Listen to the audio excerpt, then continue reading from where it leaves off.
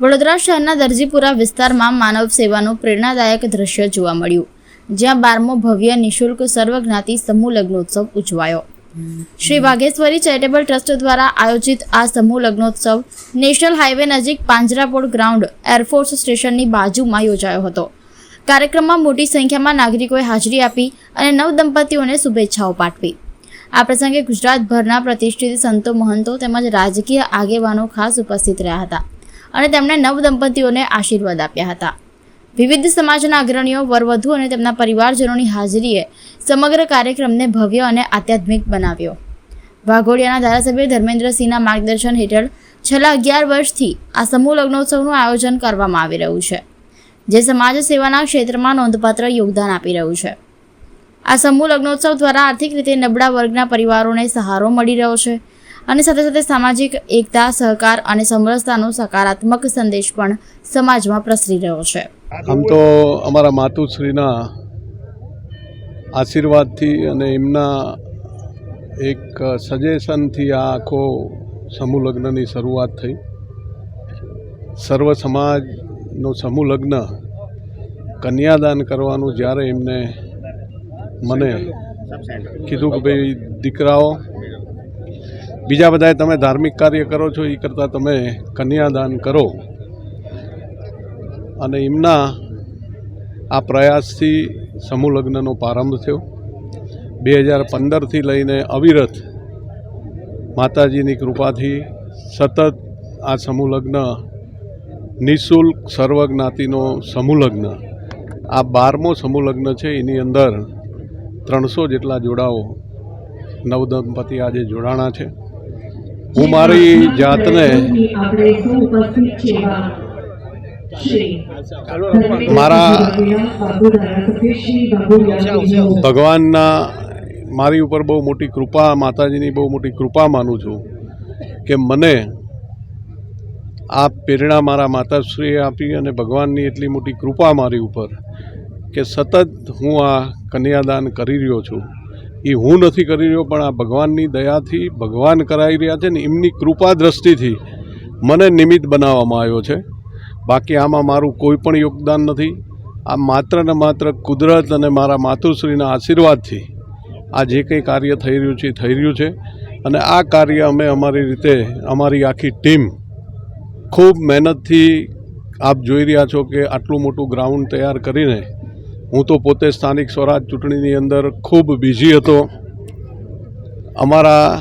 બિલકુલ મારા આ સમૂહ લગ્નની અંદર મને 2 જ દિવસનો ટાઈમ મળ્યો છે। બાકી તમામ અમારી આ ટીમ, મયંકભાઈ, લાલાભાઈ, નવગણસિંહ અને તમામ કાર્યકર્તાઓ ખૂબ ખનથી આ કાર્યક્રમનું આયોજન કરીને આની અંદર પોતાનું તમામ પરસેવો રેડીને ખૂબ સરસ મજાનું આયોજન કર્યું છે। એટલે અમારી તમામ ટીમ અને કાર્યકર્તાને ખૂબ ખૂબ અભિનંદન આપું છું અને આપના માધ્યમથી કહેવા માગું છું કે આવું ને આવું કાર્ય વધારે કરવાની ભગવાન અમને શક્તિ આપે।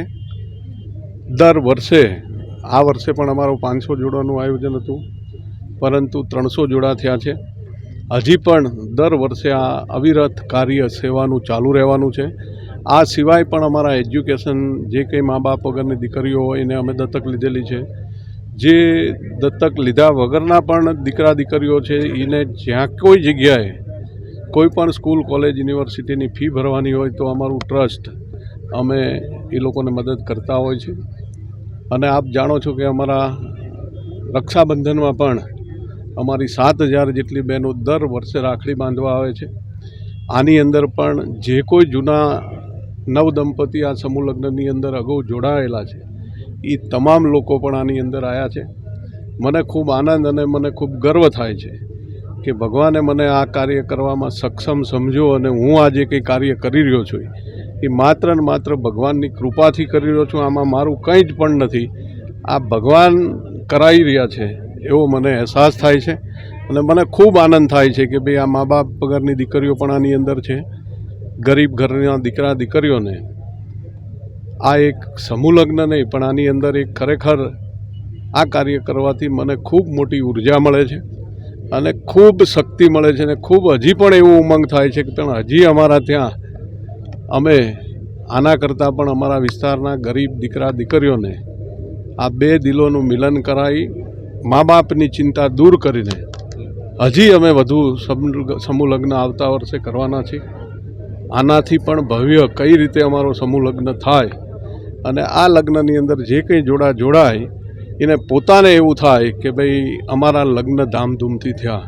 આજે પણ આપણે જોયું હશે કે ખૂબ મોટો વરઘોડો અને ખૂબ લોકો ખુશીથી જે કંઈ જાનૈયાઓ હતા એ જાનૈયાઓએ રોડ ઉપર પોતે નાચીને આ સમૂહ લગ્નનો ખૂબ જબરજસ્ત આનંદ લીધો અને ભગવાને અમને જે કાર્યક્ષમતા આપી આ કરવાની, એટલે હું હૃદયથી ભગવાનનો આભાર માનું છું કે આવું ને આવું કાર્ય હજી પણ અમારાથી વધુ ને વધુ થાય એવી આપના માધ્યમથી ભગવાનને પ્રાર્થના કરું છું.